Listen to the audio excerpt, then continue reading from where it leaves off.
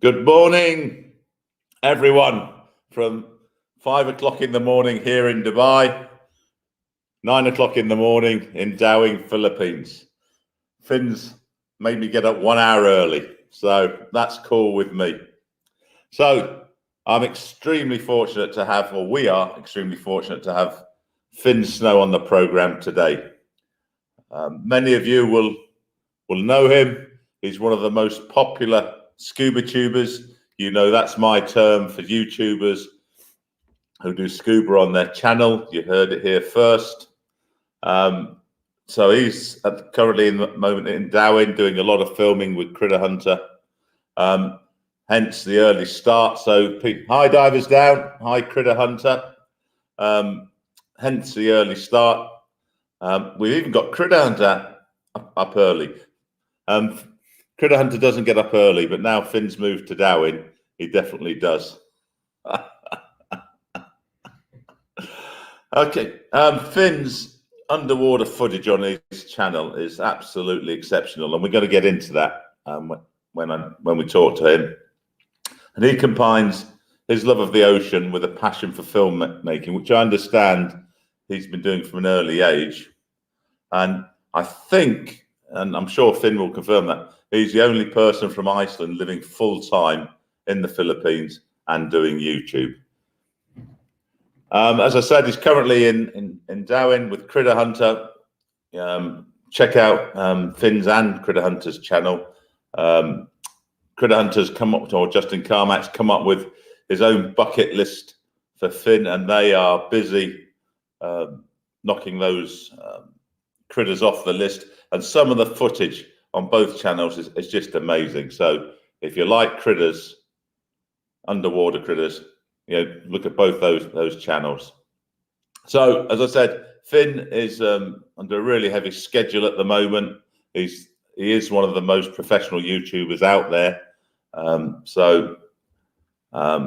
Just a thing on questions. This is a scuba diving channel. It's not an agony aunt or a personal or a magazine or okay, right? So you know, Finn will answer any questions. You know, you just type them in and but it's all scuba related, please. Otherwise, it's just going to go on forever.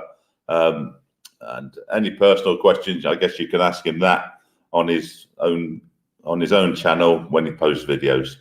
So with no further ado, let's get Finn on the live stream. Finn, good morning. Mayon buntag, mabuhay Philippines. There we go. Welcome to the Philippines, is it? Yeah, we're in Darwin here, sitting on the beach with a beautiful brown golden sand in front of us. The ocean, sun just came up, a little bit bright, so I got my shades on. But life is good here in Darwin. You know what they say, the future's so bright, I've got to wear shades. Nice. Finn, brilliant. How are you enjoying Darwin? Because you're a Cebuano, no? Oh, I'm not born here, but I'm a resident. Some say I'm a Cebuano because that was my first place when I got to Philippines, and I spent most of my time there. But now I'm now here in Darwin, and actually I rented a new place, so I made a 6-month contract a few days ago, and tomorrow we're going back to Cebu to pick up some of my stuff and move to Darwin. That's how much I love it here. Brilliant, because you know it's the #1 place on my bucket list, and I nearly got to join you next week. I got all my paperwork. You know, my son. You're coming? No, I can't get in now. They've just put blocks for a month on foreigners again. Yeah, so I'm glad you're there for 6 months. Damn, so I know. But life's a bitch, right? I'm off. I'm going to the Maldives next Friday instead again. So yeah, but you know, I do miss my kids and my son. I want to get over there. We dive a lot in Cabilao, so I was going to go and dive with them and then come down and annoy you and Critter Hunter.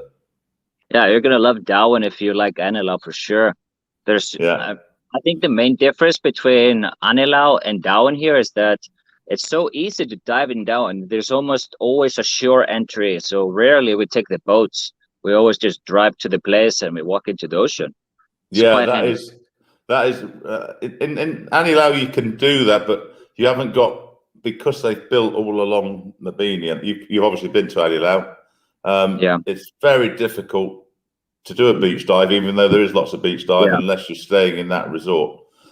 Right. Because they haven't, they've got away from this law in the Philippines where you're supposed to have 5 meters clear.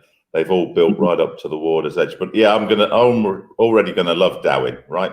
I've been following your videos on where you've been looking for land and stuff, and it's just a different world. It is. Why do I like Cabilao so much? I mean, a big Port de Galera fan. You know, when I first went to the Philippines.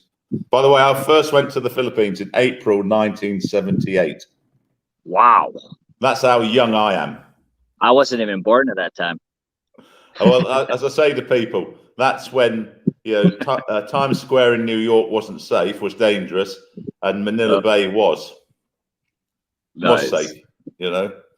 So yeah, cool. So yeah, you're going to get me pretty soon anyway. As soon as the restrictions are lifted, my paperwork's ready, I'll be there. Yeah, come on over, man. I think it's going to be, just wait until you have to wait at least 2-3 more weeks, and they'll give a new update what's going to happen here, if they're going to keep it closed or not. But I think they made a 1-month complete ban.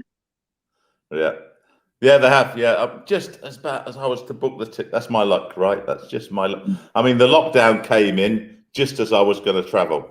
I had to cancel my ticket, but my kid's mother, she could go, but I couldn't go. So she had a month with them, and I had none, because we stay in Tagaytay, you know, up in the hills. So driving down to Batangas we can go for a day.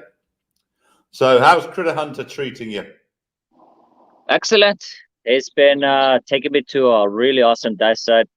I think we've done maybe 24 dives so far, and I kid you not, we've not had a single dive we haven't discovered something new. So it's been phenomenal. We've been going through all the muck dives, sandy dives, slopes, to the islands. Actually, some new dive site on Apo Island, which hugely surprised me.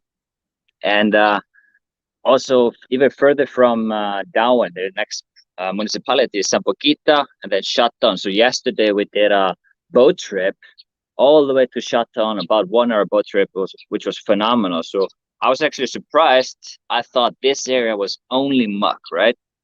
But the further down south you go, you have this fantastic coral reef system, loads of different topography. So pretty much has everything here, in my opinion. Yeah, I like reef diving, I like wreck diving, but when you do these big, I'm colorblind as well, which doesn't help. But when you've got pristine or nice reefs, you can't focus easily on the small stuff because it's all camouflage. But when you're out in the black sand and stuff on little rocks and stuff, that's when you can find all the critters, as you guys do. Absolutely. And also it's easier to film them in the muck. For example, yesterday we did 3 dives and it was all corals, but we managed to find some beautiful critters. But then again, where do you put your camera down? How are you going to film it without damaging anything? So it's a bit tricky, but beautiful at the same time to see all the corals. So yeah, so let's start off with a few questions, a few basic ones. How long have you been scuba diving, Finn, and where did you learn? I wouldn't say I've been scuba diving since I got my certificate, because I got my certificate in Thailand, in Koh Tao, and that was maybe 8 years ago or something. And I never fell in love with scuba diving after that. I just got the certificate, did like 10 dives, and then I stopped. Because my initial experience with the, we call it Koh Tao, the scuba diver factory. They give out so many certificates that wherever you're diving there's hundreds, maybe 1,000 people on the same freaking dive site. And that was my initial experience with scuba diving. So I was like, is this how it's going to be wherever I scuba dive? So I really didn't enjoy the experience. However, when I came to the Philippines, which was 5 years ago, I tried scuba diving again in Malapascua, and that was a completely different experience. You know, not many people at the dive site, and it was more relaxed and more fun. And ever since that, I fell in love with it. So I would say maybe 5 years ago, and that was in Philippines. Got my certificate, in Koh Tao, Thailand, and then I got all the other certificates here in Philippines. And my latest one is, what was it? PADI, self-reliant diver or something like that. So yeah, and sometimes you need that if you're filming, right? Because everyone hates to dive with an underwater photographer because they're so focused on doing what they want to do. And yeah, back in the day, it was frowned upon diving on your own. But at least now all the major agencies have recognised that as long as you take the appropriate precautions, it's okay to go and do that. That's my favorite course I've ever done here. The PADI is self-reliant. I've done a lot of courses, and this one is the one that I learned the most and actually enhanced my skills dramatically. So when I go dive alone, I'm completely fine and super confident. No worries. I love that course. So if you're an experienced diver, I would recommend that one for sure. Yeah, I mean, it teaches you to look. I mean, traditionally in scuba diving training, and we'll talk a little bit about that, you're taught to rely on your buddy. But as you say, when you go to these scuba factories, can you rely on the buddy they've just put you up with and thrown you in the water with, right? No, you want to rely on yourself. So let's go back to Malapascua. I mean, thresher shark capital of the world, right? Have you dived with them? Yeah, and then they're spotting juvenile tiger sharks a couple of days ago. So there's more tiger sharks coming.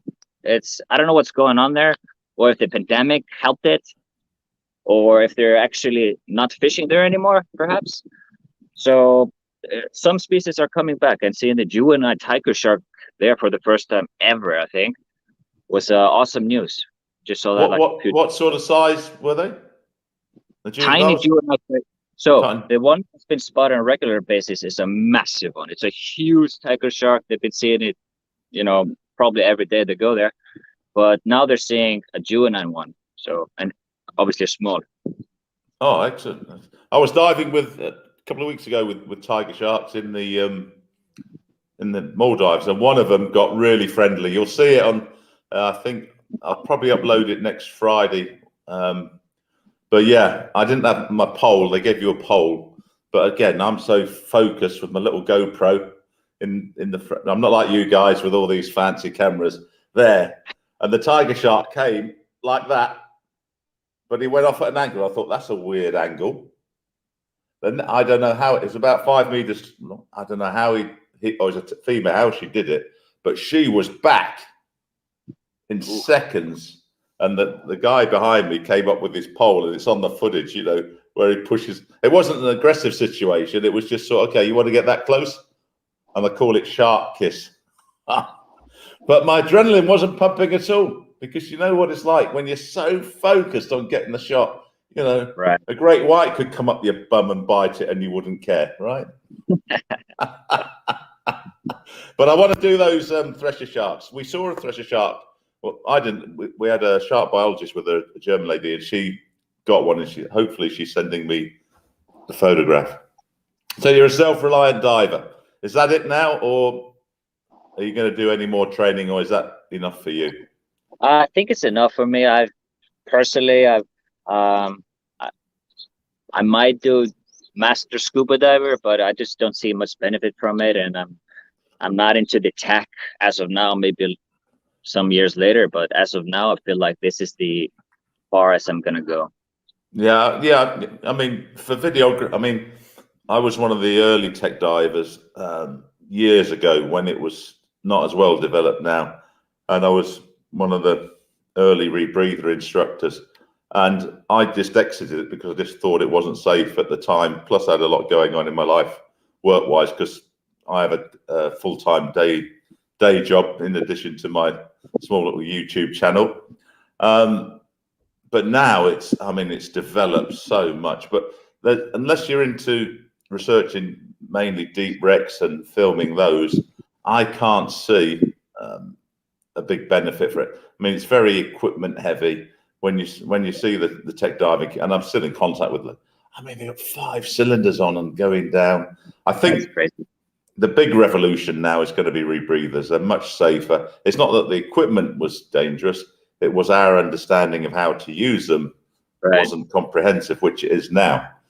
And I mean, that's where I would see people like you and Justin, you know, the big scuba tubers going to rebreathers in the end, not necessarily going for depth, but you could photograph better. So, and I probably will get back into rebreathers. I'm still using a small semi-closed rebreather on occasion just to keep my skills in.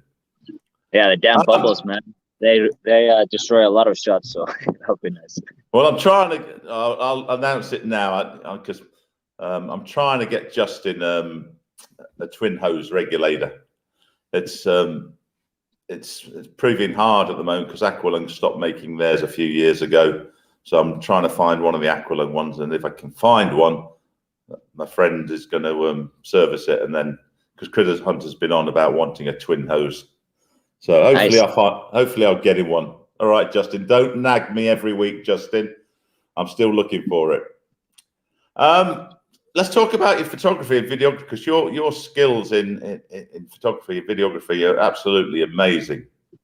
How did you master that skill?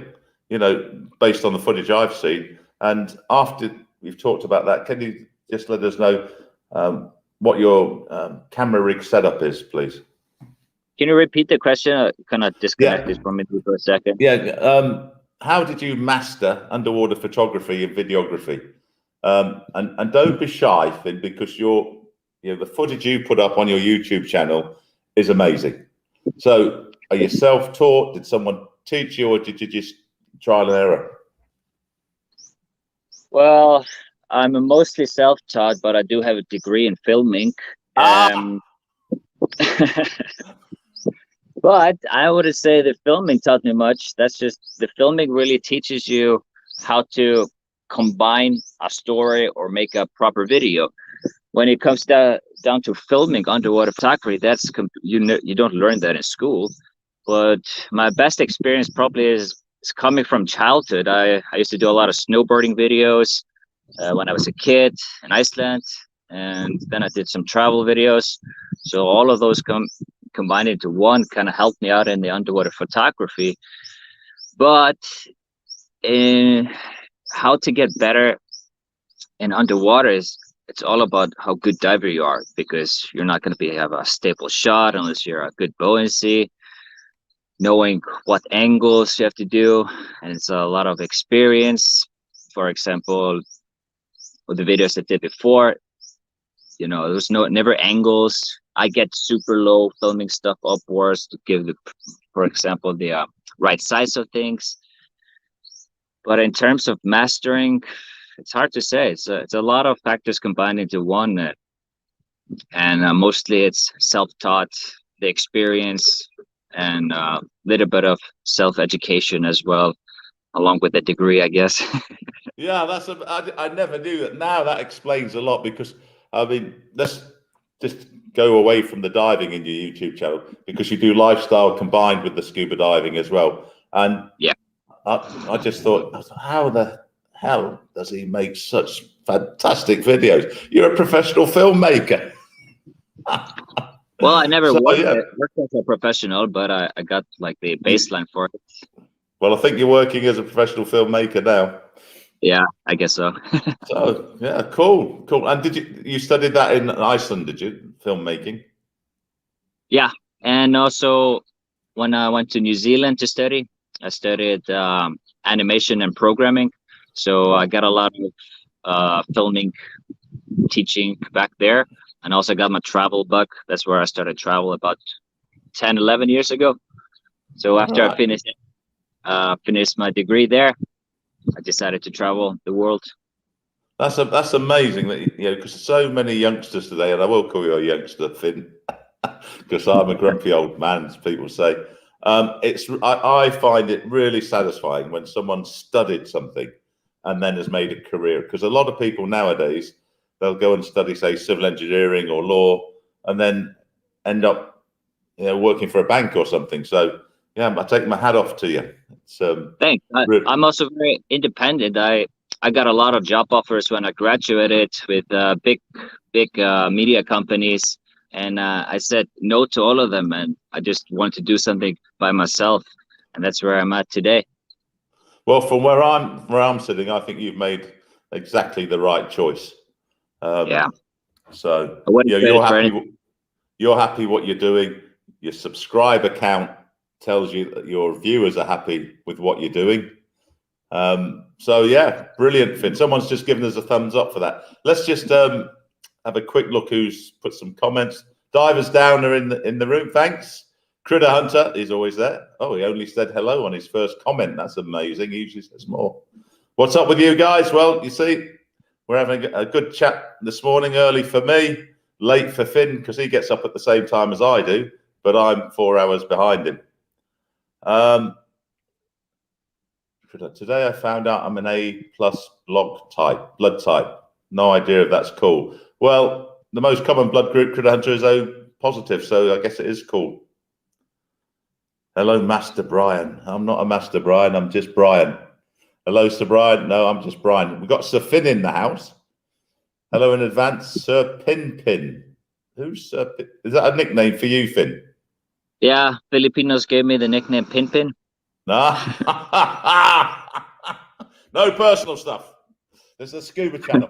Banana cream pie. Corey, what's going on there? I don't know. Hope you enjoy it. Critter Hunter getting serious now.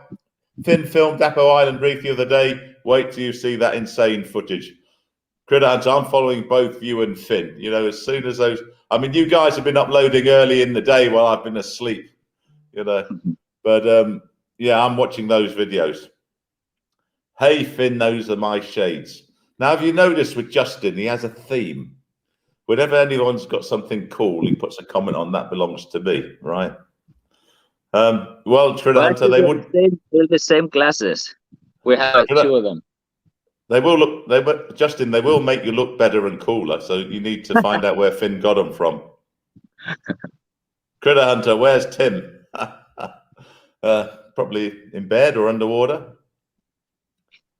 Divers Down, I thought you had a guide. I think Alex is helping you on the critter search, right, Finn? Yeah, we always have a guide with us, of course, because you need a spotter. Even if we could save some money by not having one, it's always nicer to support the locals here, and they also help us find. We kind of split up. Me and Justin, we find things and we film them, and every once in a while we have a knock. So Alex is basically letting us know that he found something as well. So we're really maximizing our time underwater by filming. Almost not, I would say maybe 80% of the time we're filming, 20% searching. So that's how good it is, our teamwork. Yeah, that's what I like about you and Justin.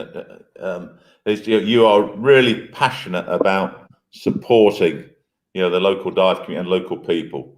And I've had some people on the show from the Philippines, I'm not going to mention any names, who take pride in not paying people and getting stuff for free.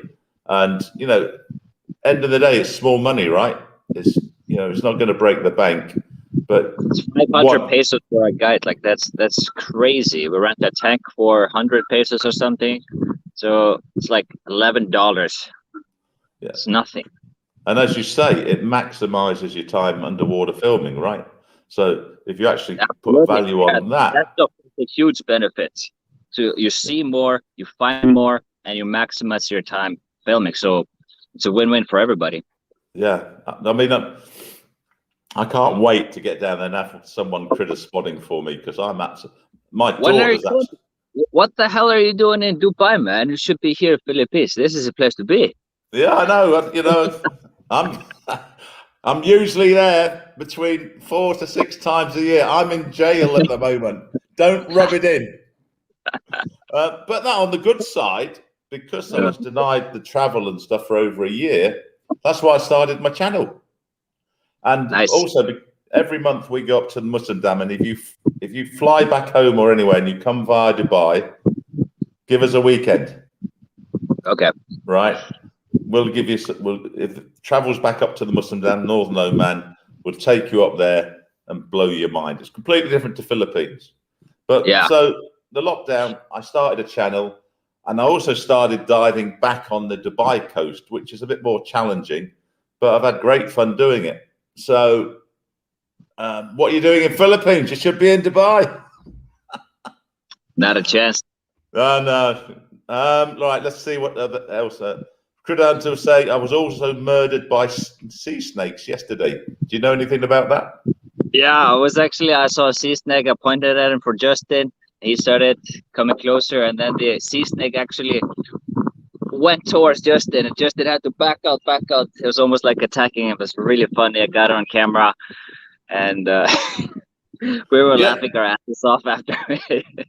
I mean, sea snakes are very inquisitive. I mean, the Arabian Gulf is one of the sea snake capitals of the world, and when Justin was helping me set up my channel right at the start, one of the dives and one of the first videos I did was on an Arabian sea snake. And I remember saying, this one's for Critter Hunter. Exactly the same. You're filming and they get inquisitive and they come up. In fact, years ago when I was learning to dive in Saudi Arabia, I had one wrap itself round my ankle. Yeah, you sort of go, well, I'm glad I'm wearing a wetsuit because I know the bite can't penetrate a wetsuit. And you try and convince yourself, but you just, well, if I move, it's going to move more. It seems like the child just there, not hardly breathing. And then he said, okay, I'm off. And then my heart went like a bloody boom, boom, boom, boom, boom, boom. Nice.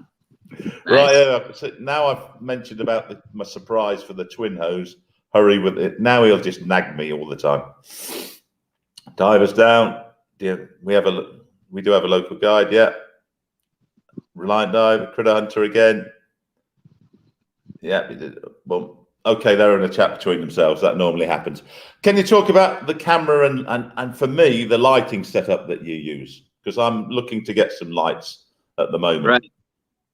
Yeah, I have four lights. I have 2 strobes, but the ones that I use the most is the Kelton. I think it's 18,000 lumens, so I have 2 of those.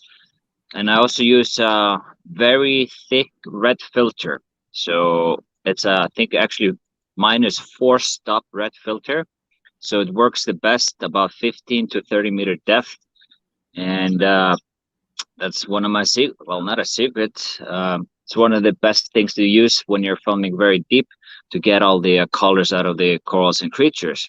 So I use the red filter mixed with the very strong ambient lights, but I use those lights mostly for wide angle, along with my new Sony A7S III and a Nauticam housing. And then I use a different light setup for my macro. I use backscatter macro to white light and with a snoot as well. So right. So you actually put a red filter on and use the video lights as well? Yeah, only with the wide angle. I don't use any red filter with my macro because you're so close to the subject. You don't need any extra filter. So so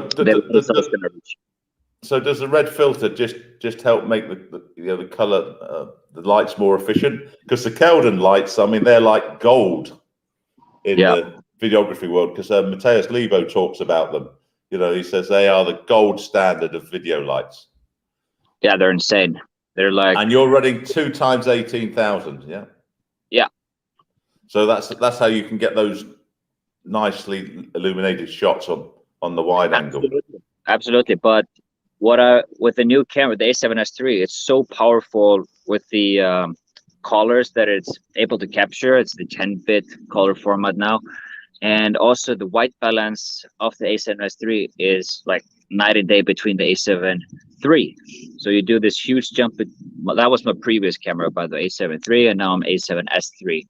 And I will never ever go back to the other ones, because what Sony has done finally for our brand is that they've actually fixed the white balance. So now when I'm filming with the wide angle, sometimes you don't even need the lights. That's how good the white balance is with the red filter. We were filming in Apo Island doing a drift dive, and I didn't even turn my lights on. That's how good the white balance is. So And you go to 10, 15 meters and you white balance, boom, and you have colors and the blues, which is the most important. So now the blues are fixed, and also it's gonna pop out some of the corals and creatures. So it's wait until that video. That's my first video with the A7S III when we do Apple Island. I'll probably post it in a week or two. so, are you saying you don't have to do much color correction in post production? Oh, of course, I have to. I actually have film in a profile called S-Log3, which is basically a flat profile, completely flat, but it captures all the data from the video. For example, I can tweak the blues, I can make them more darker, I can make them more vibrant, and also if there's a little bit off from the tint in the white balance, I'm able to fix that without creating any artifacts. So that's the strength of the A7S III, and it's pretty much almost like the cinema cameras that will cost $100,000. But this one now, finally, you have a small, compact, mirrorless camera that can do or compete with those cinema cameras. Yeah, but it's still not cheap. Just can you just give a number what it would cost someone to set up a rig similar to yours? Would it be $5,000, $10,000? Just some broad brush, just to give people an idea of. Exactly like mine.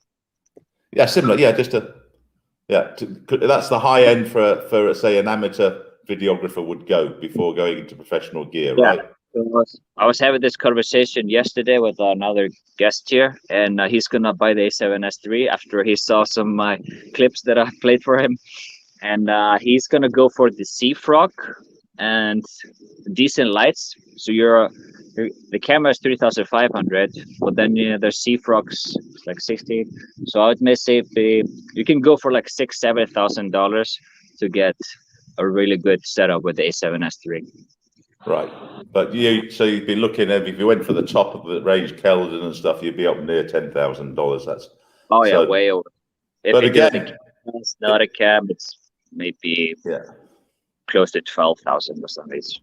I actually before I made the purchase, we had an operation on one of my kidneys.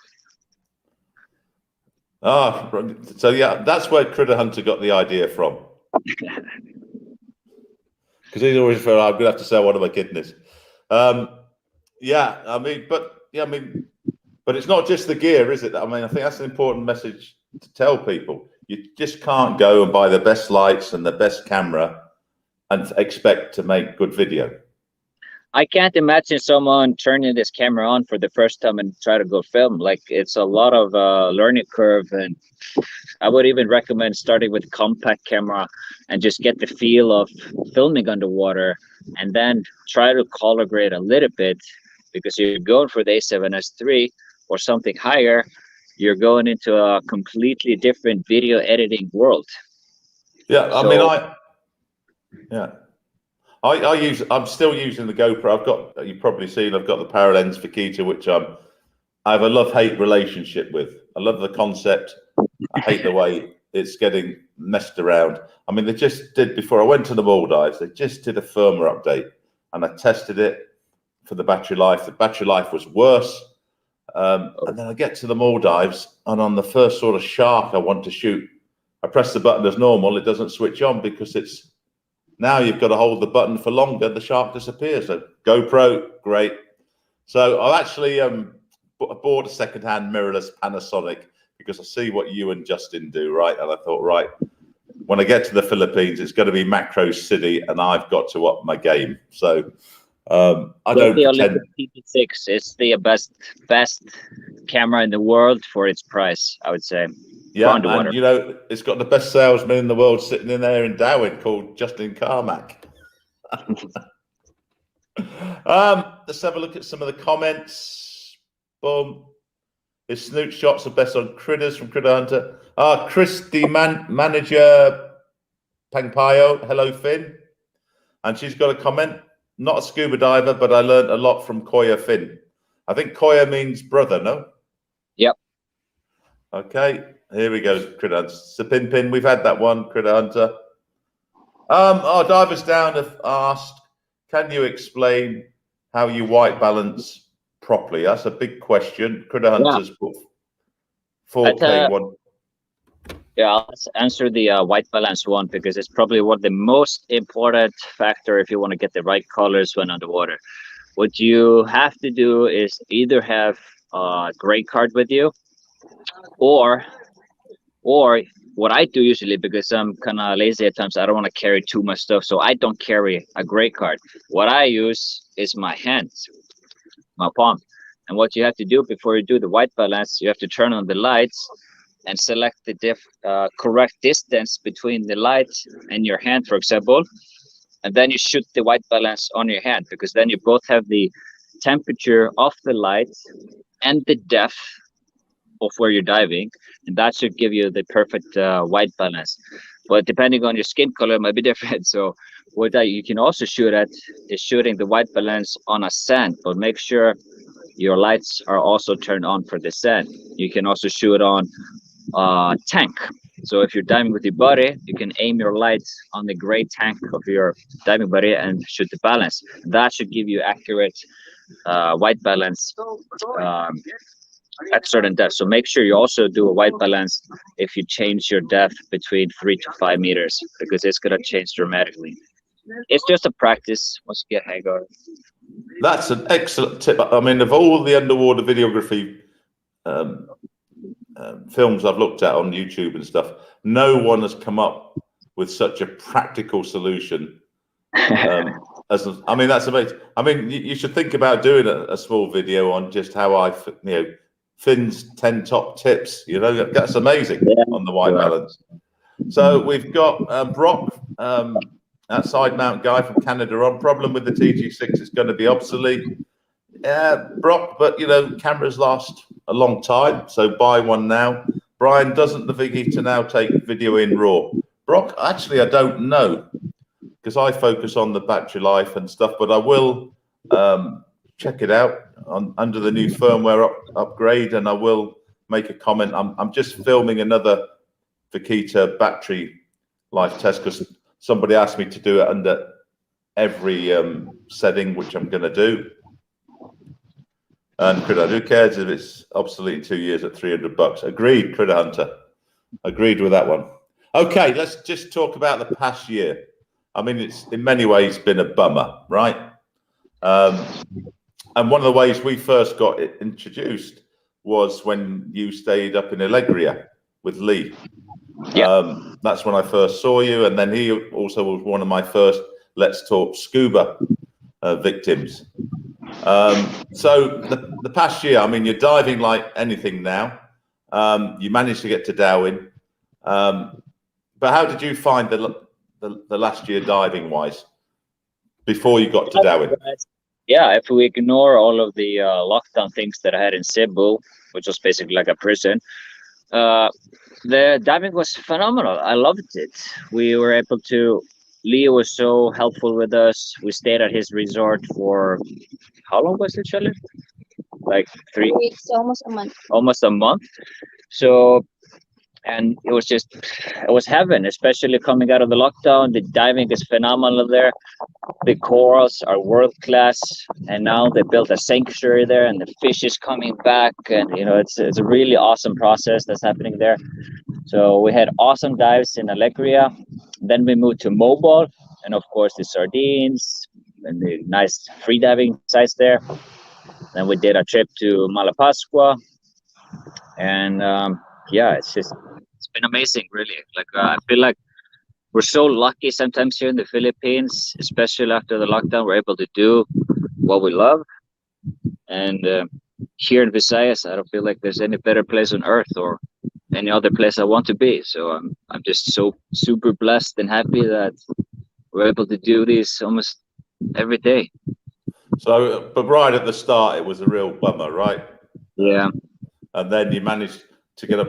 And I mean, what Lee's done in Alegria is amazing, I think. And he's built these statues, and you could just dive off from the back of the resort there, couldn't you? Yeah, it's just that's what I kind of miss about his place is that we're staying in Mobile, and it's a nice place to live, but you kind of miss the feeling of able to wake up and just literally walk into the ocean. So that's how close it is. I kind of miss that. All right, Divers Down has just thanked you for the explanation on the white balance. As I said, I thought we've got Burhan or Burhanuddin Montasa, and he's actually in Libya. He's a scuba diving instructor, very experienced scuba diver. He's gonna hopefully I get him on the show one of these days. So he's up earlier than I was to see you. Burhan, good to see you. Yeah, 2:40 in the morning, 3:40 in the morning for him.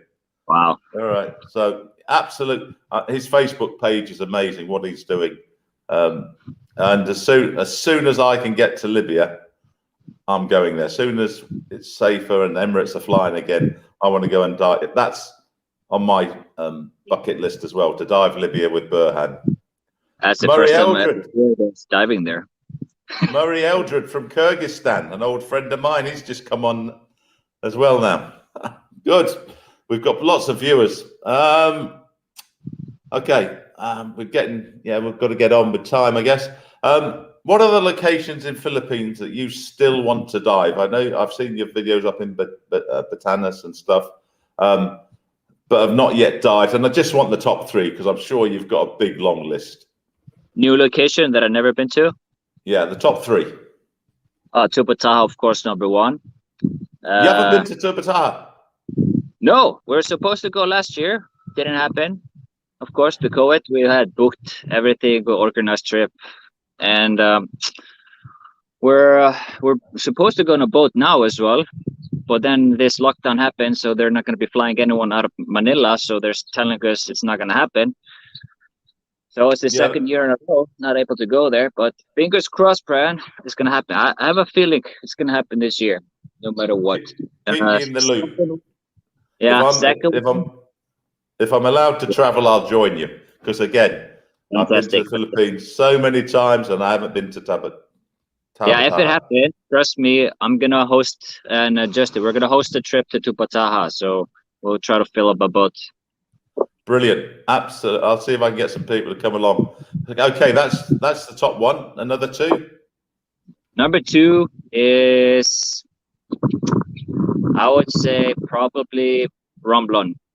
We heard so many good things about Romblon, and even some guests were speaking to the other day here. She showed us pictures from Romblon, and it's like the second Anilao. You know, there's unique critters and creatures you don't find anywhere else. So Romblon is high on my list. And I think Critter Hunters, high on Critter Hunters list as well, isn't it? Yeah, we spoke multiple times about it. We want to make a road trip to Romblon. Number 3. Yeah. Not quite sure. It's probably going to be some sites in Palawan, maybe around the Cuyo Islands, because in Cuyo, the Tubbataha trips don't go there.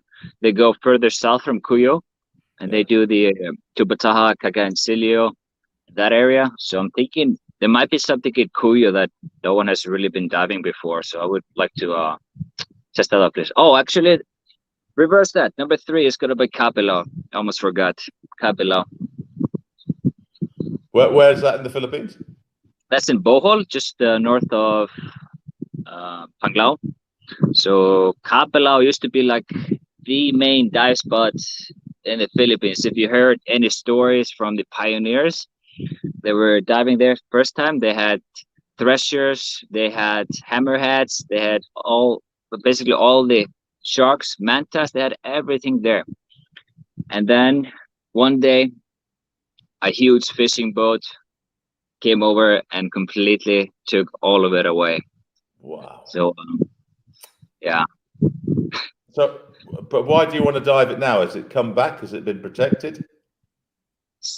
Yes, there are hammerheads in Cabilao, but unfortunately, they're usually staying around 40 to 50 meters, but they are there. And perhaps before you were able to see them so easily is that there were so many, so maybe they just go further up to the surface. So a bit like in the Galapagos, yeah. Yeah. And then they have phenomenal walls, reef dive, and macro as well. So it's all in wall on this small island, the Bohol. So Some of the liverboats, yeah, the liverboats actually stop in Cabilao. It's one of their big routes. So when did this sort of disaster with the big factory fishing boat occur? How many years ago? Well, it was actually a friend of mine that saw it, and he is the pioneer of scuba diving here, Philippines, and he risked his life actually trying to defend it when it was happening.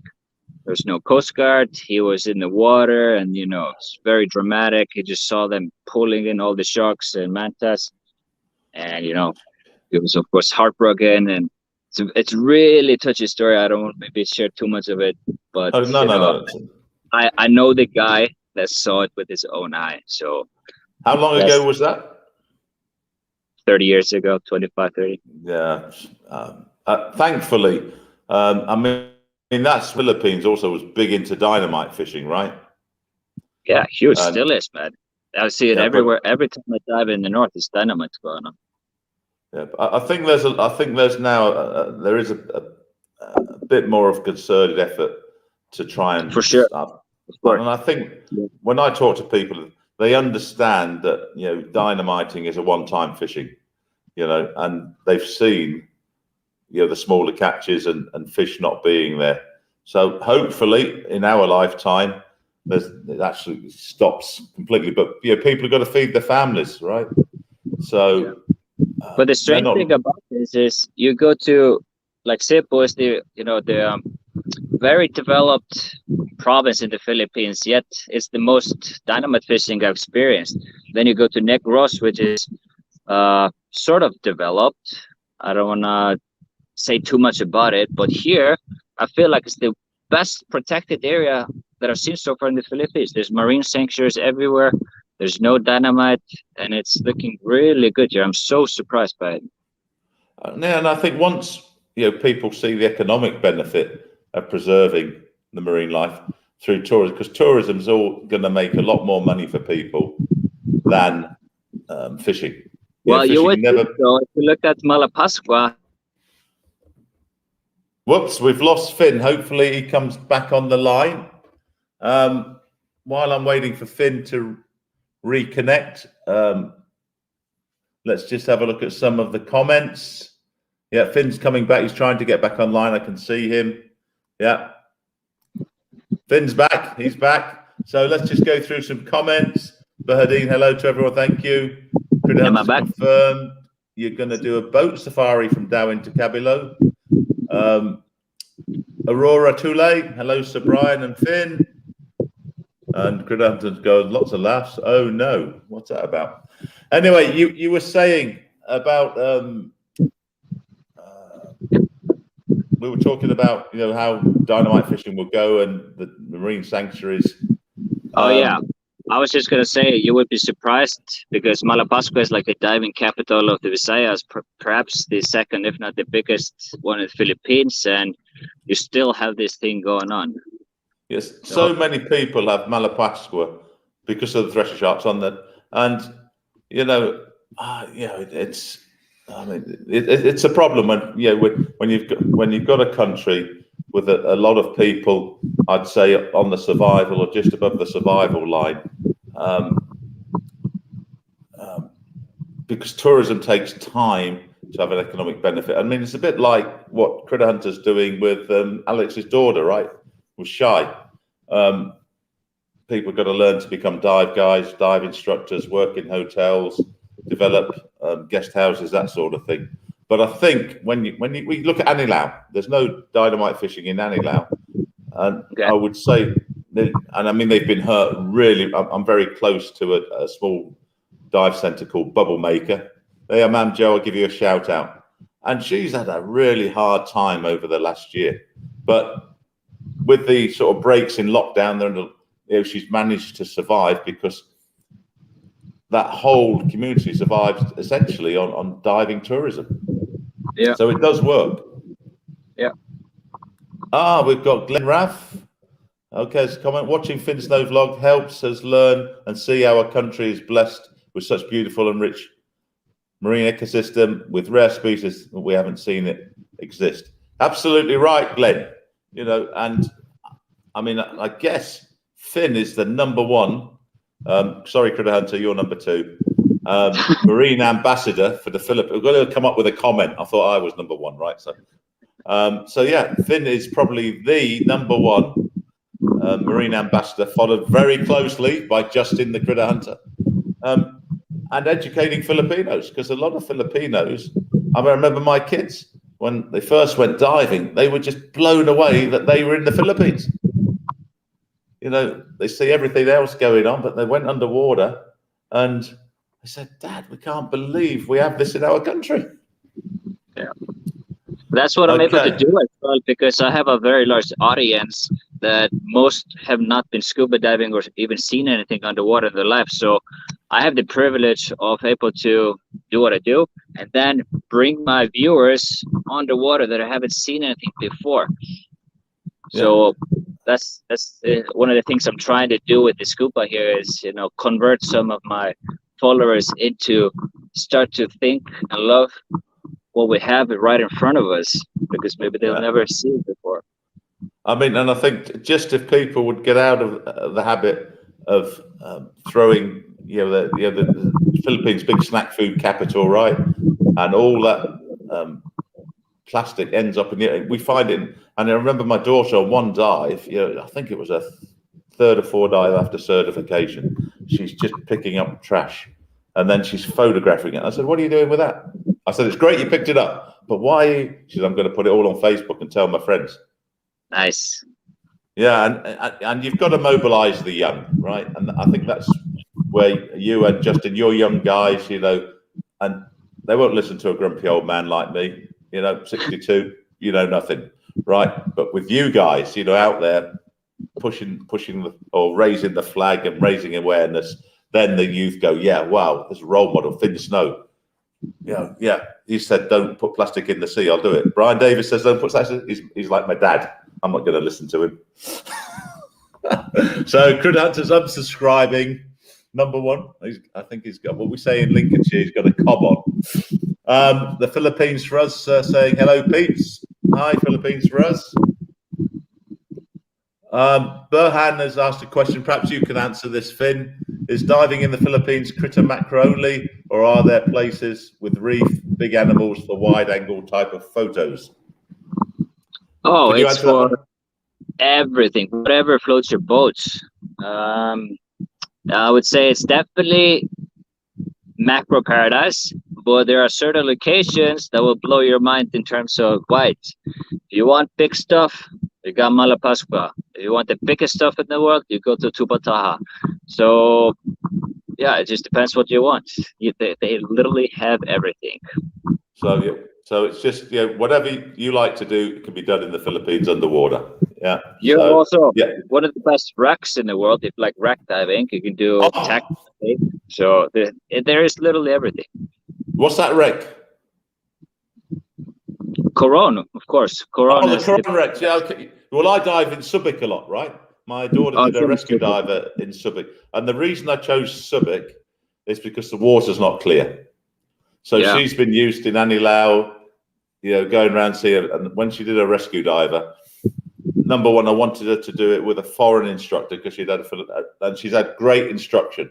But the problem is when you get the same instructor all the time and you speak in your own language, there's no stress. And I wanted to kind of put her outside her comfort zone because that's what rescue divers are all about. So that means she's got to deal with several nationality instructions, and then she's in water where she may only have 3 meters viz. So then that's how that's how I got introduced to Subic.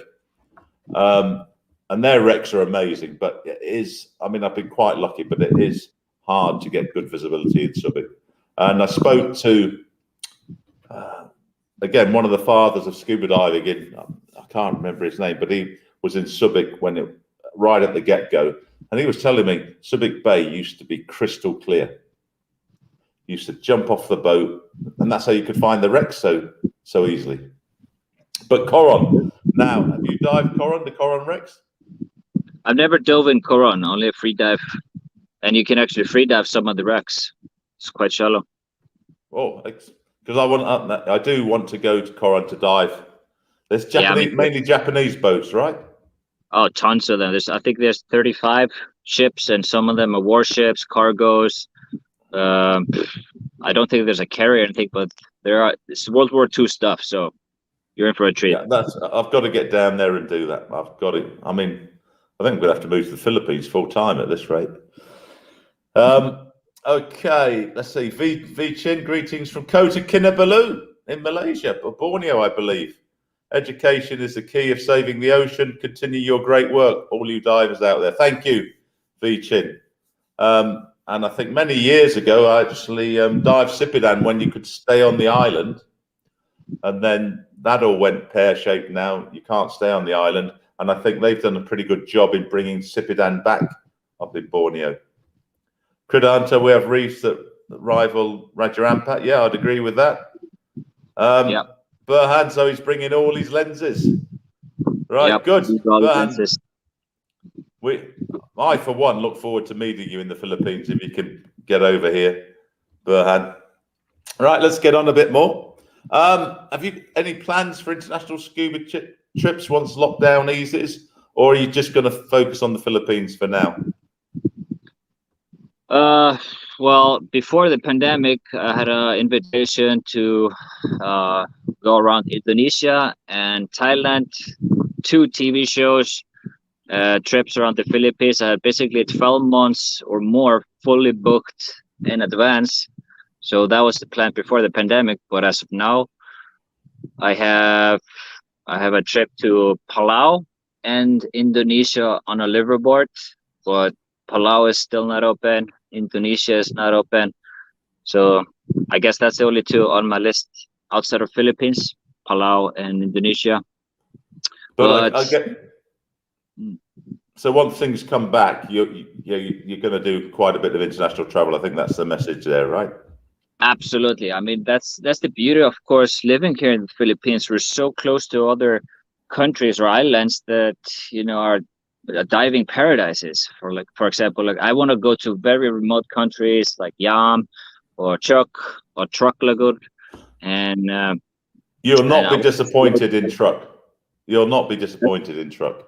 I've been twice. Yeah.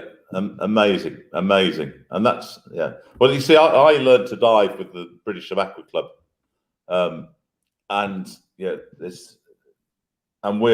tends to produce wreck divers.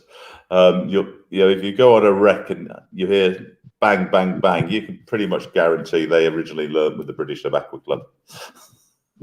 But in trips in Philippines, we're just waiting on other provinces to open. We were going to go up here to Sipalay in Negros, and we're thinking about the next trip is probably going to be Romblon.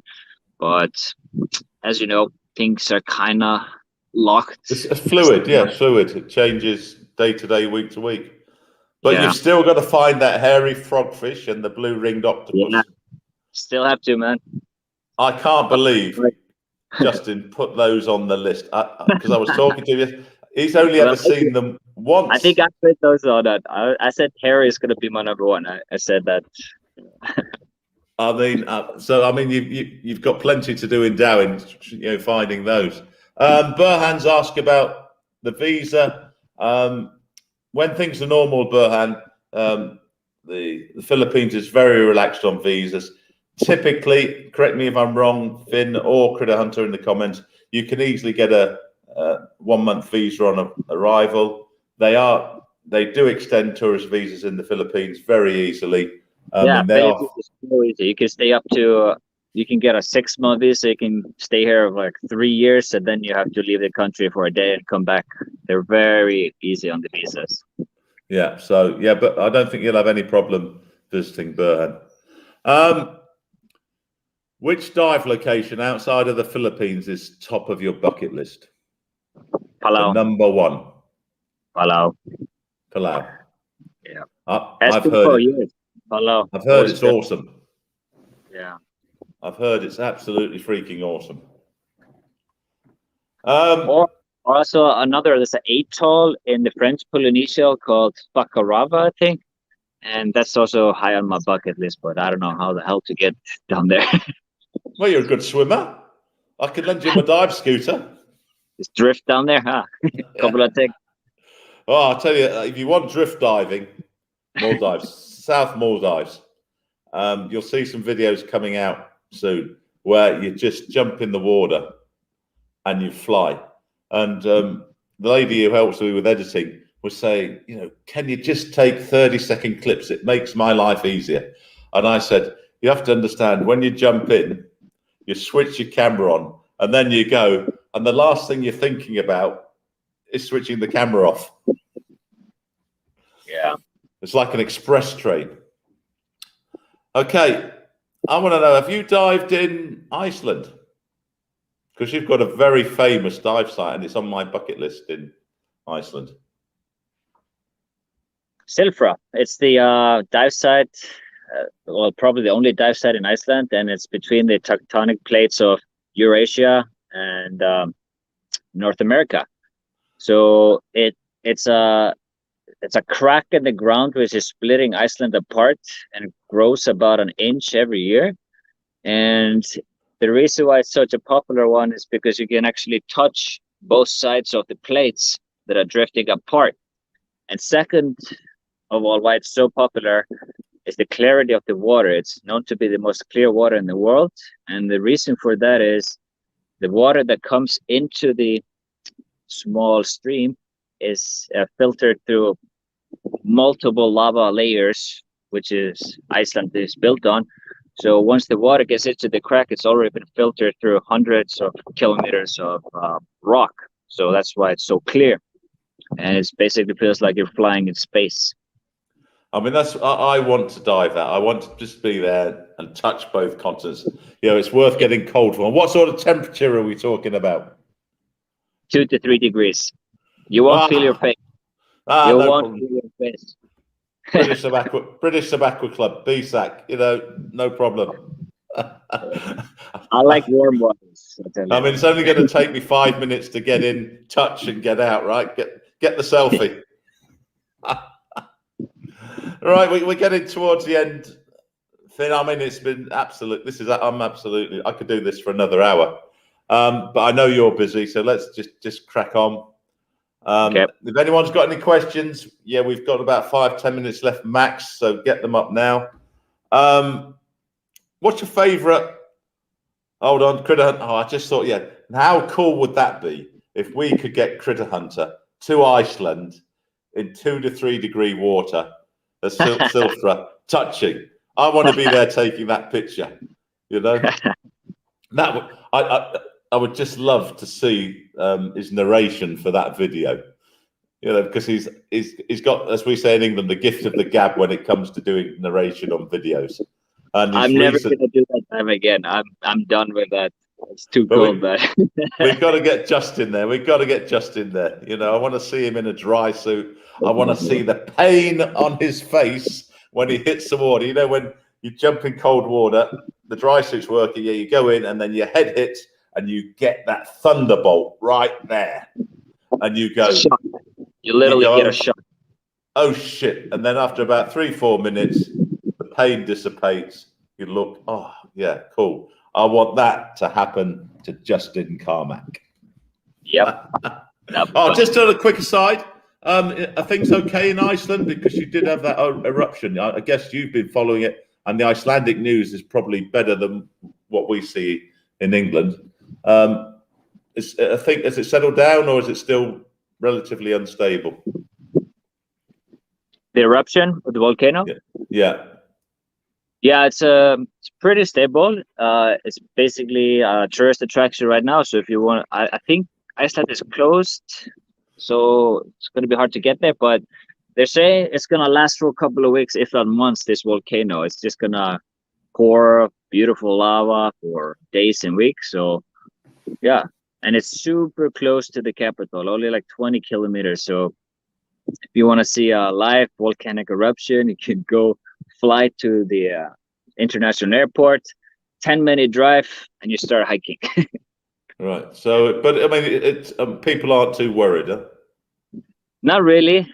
However, the gases that are coming out of it are extremely toxic. So depending on the wind direction, you gotta make sure the wind is blowing the other way because yeah, the scientists just came out with the news that this is one of the most deadly gases we've had from a volcano eruption. So just be careful breathing there. And also, you got. I mean, because I was in Philippines when they had the volcano eruption, and I was actually in Subic, and I was arranging to meet my daughter at Manila Airport. She'll take the car back to Tagaytay, but then the volcano there erupted, and so I jumped in the car from Subic. Everyone's leaving Tagaytay. I'm the one going back, and the dust that was around, even as you just got outside of Manila on the SLEX, was everywhere. And I stopped to say, right, I better load the car up with food, pizzas and stuff, because I don't know if they can get shops and that. And just breathing that cannot be good for you. Nope, it's not good. Right. I mean, this is going to be a tough question. What's your favorite number one underwater species? And I want to know why that is. Sorry, favorite underwater species? Critter, fish. Oh. Wow. I know, I told you it'd be tough. That's a big one. That's a big one. I mean, it's hard not to say the thresher shark, but what I probably enjoy the most is filming the critters. So I would say it's just very simple. I think it would be nudibranchs because there's no other species that are come in such a different, weird shape of all the critters and creatures. Has to be nudibranchs. Yeah, I also get. Yeah. And there's a big folly. I mean, I love nudibranchs, and one of the reasons I love nudibranchs in the old days when I was as young as you are with my Nikonus 5, because we used to shoot film, right? So you'd go away for a weekend, shoot 4 rolls of film, then you'd give them to the developer, and you'd pray that you had one shot per 36. And with the little framing devices, you guys can't believe that. You go for a whole week's diving, right? And then on a Tuesday or Wednesday morning, when you got your pictures back, you could be elated or you could be a manic depressive. I mean, and that's one of the reasons I stopped taking fit. It was just one, it cost a lot of money, right? Developing 35mm slide film wasn't cheap. And then you'd put a wrong setting, or you hadn't put the film in right, and then it came back, and you spent all this money. Well, I would say with the nudibranchs here in the Philippines, as you know, we're so lucky with them. We have the world's most population or different species of nudibranchs. I have 2 books about them, and half of them nudibranchs are here in the Philippines. So it is the nudibranch capital of the world. That is for sure. I don't know anywhere. And if any of the viewers, when this gets uploaded, if you think there's a better nudibranch place in the world, Finn, Critter Hunter, and I would really like to know that, because we're all of the same opinion in the Philippines. And that was a great answer. So I'm looking forward to some good nudibranch footage from Darwin. This is probably one for me when I was getting the question. It's probably the most important one, because I know you do a lot of charity work in the Philippines. You give a hell of a lot back to the community. I mean, you've been following you recently. You helped build a school. What sort of projects have you got planned for the future? And don't be shy. I'm just going to say it now. When Finn launches a project, he makes sure the money all gets spent, as Justin does, right? So please support him when he makes a call for action for cash. He doesn't do it very often, but when he does, he knows exactly where the money is going to be spent, right? So please, follow Finn. Of course, you're all going to be following Finn. But when he makes a call for action for some funds, please do it quickly, and he will make sure that money gets spent very, very efficiently. Finn, so Yeah, what for have you got example, coming up? What's on your mind? maybe I would like to share the last one we did when the Typhoon Rolly came over Philippines, and it went through an island that it was like really close to my heart. I spent a lot of time there, even alone traveling the island. So that was the first island got hit with this super typhoon. And there was one area where we stayed, where we were hosted and living for a week. And that same people, we contacted them right away once the Rolly came over, and it completely wiped out the whole community. Nothing was left, not even the trees standing. It was all gone. So we had made a fundraiser, and we built like, I don't know, 80 homes with roofs, walls, everything completely waterproof. So because it was rainy season, so we basically rebuilt a whole community. Yeah, which was nice because they gave us so much back. How long did that take? Very quick. You wouldn't believe, man. They just started building, and we also hired people to build and do work, because we even had leftover to help support them. So we even continued. We made one part of the island. We asked them to build boats so the fishermen can start fishing again, because all the boats are destroyed. So we had a couple of road projects as well. It was just such a beautiful thing. Yeah, no, and that's what I like. That's the big difference because there's a lot of YouTubers in Philippines making it, and they tend to be generally old, retired people. I am old, right? So I'm not having a go. I'm allowed to say it. I'm old, right? But I think it's the younger guys like you, Justin, and that really have got this push. And I know some of the older guys do it.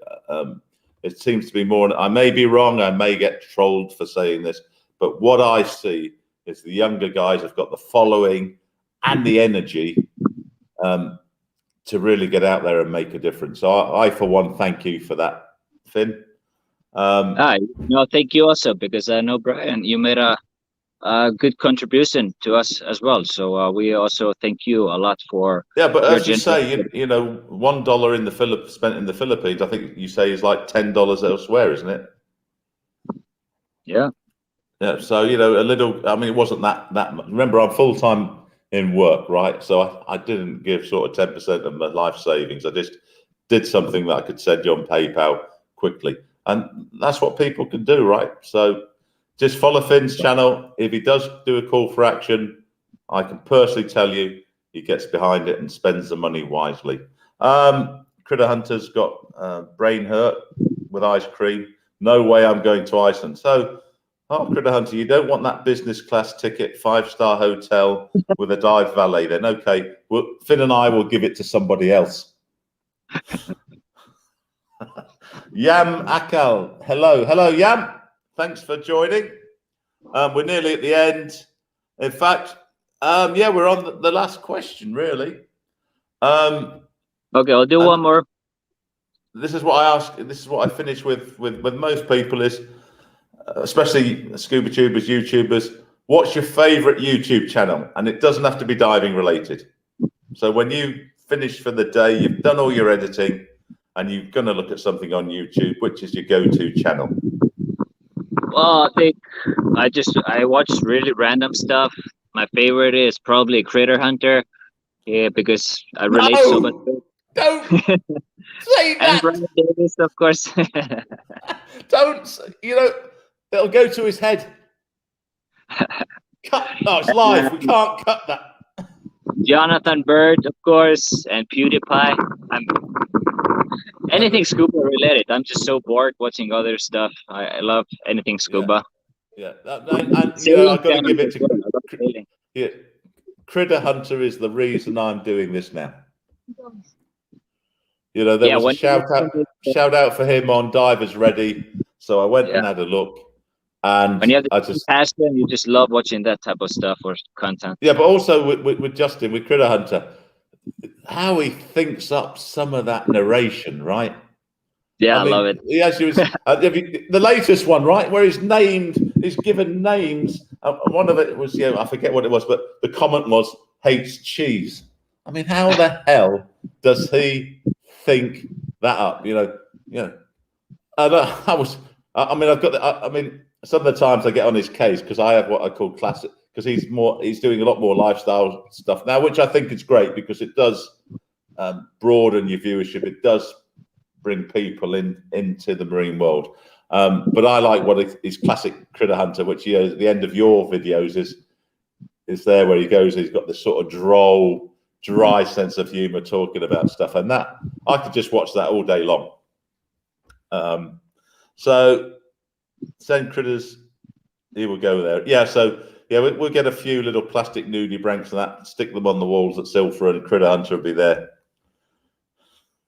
Finn, that's it, man. All right. I'm out of questions.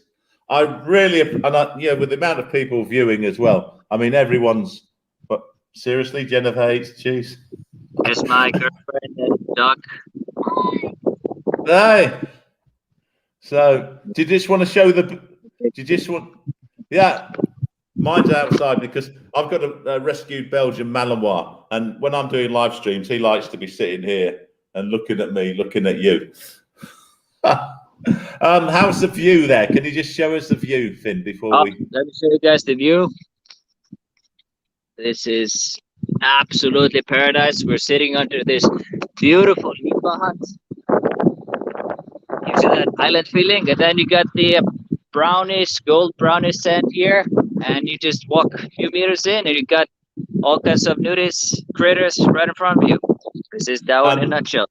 And that, people, is why Finn lives in the Philippines.